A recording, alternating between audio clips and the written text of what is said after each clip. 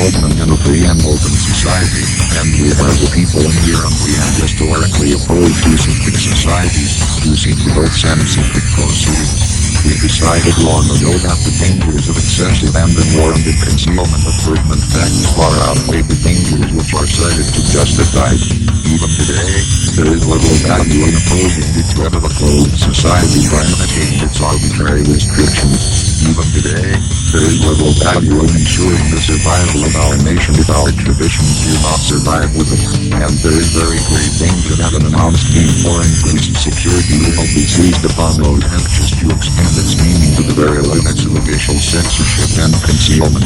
And I do not intend to permit to the extent that it is in my control, and no official of my administration, whether his rank is high or low, civilian or military, should interpret my words here tonight as an excuse to censor the news, to stifle dissent, to cover up our mistakes or to withhold from the press and the public the facts they deserve to know.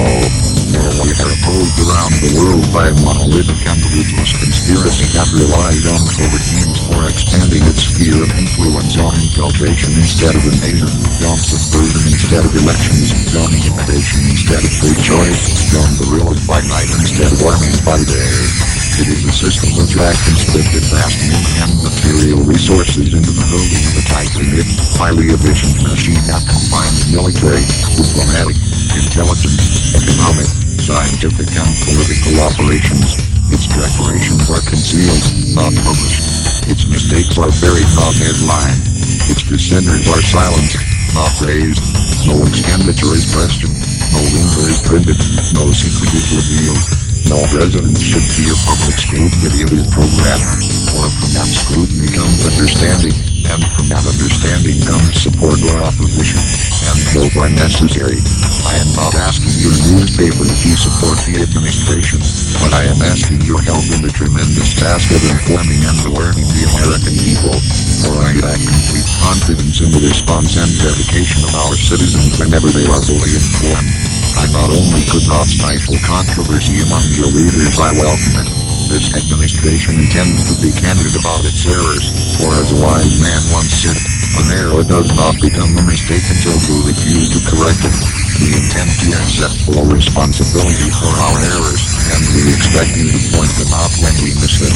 Without debate, without criticism, no administration and no country can succeed and no republic can survive. That is why the Athenian lawmakers so long decreed it a crime for any citizen to shrink from controversy. And that is why our press was protected by the First Amendment, the only business in America specifically protected by the Constitution, not primarily to amuse and entertain, not to emphasize the trivial and sentimental, not to simply give the public what it wants, but to inform, to arouse, to reflect, to state our dangers and our opportunities, to indicate our crises and our choices, to lead, to educate and sometimes even anger public opinion. This means greater coverage and analysis of international news, for it is no longer far away and foreign but close at hand and local. It means greater attention to improved understanding of the news as well as improved transmission.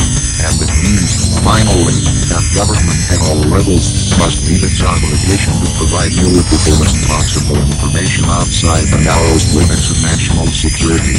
And so is to the printing press, to the recorder of man he is, the teacher of his conscience, the clearer of his news pack we look for strength and assistance, confident that with your help man will be what he was born to be, free and independent.